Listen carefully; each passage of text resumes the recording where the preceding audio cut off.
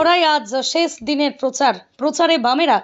হাওড়া লোকসভা ভোটের প্রচারের শেষ দিনে আজ সকাল থেকেই পথে নেমেছে সব রাজনৈতিক দল।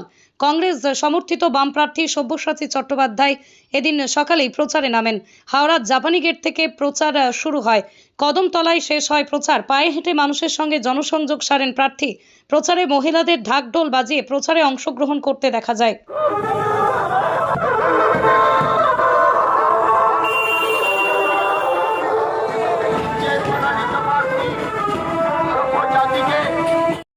মূর্তিতে মাল্যদান করছেন আমাদের সিপিআইএম পার্টি সব্যসাচী চট্টোপাধ্যায়, মাননীয় পলাশ ভান্ডারী মাতা।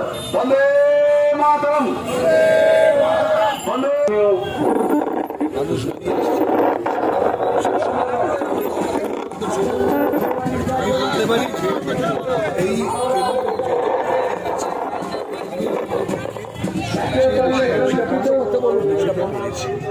মুখ্যমন্ত্রী মমতা বন্দ্যোপাধ্যায় বলেছে বাইরে থেকে সাপোর্ট দেবে, ইন্ডিয়ার জন্য কতটা অ্যাকসেপ্ট করবে? বাইরেতে আছেন প্রমাণিত হলো, আপাতত সেটা তো ভবিষ্যতে।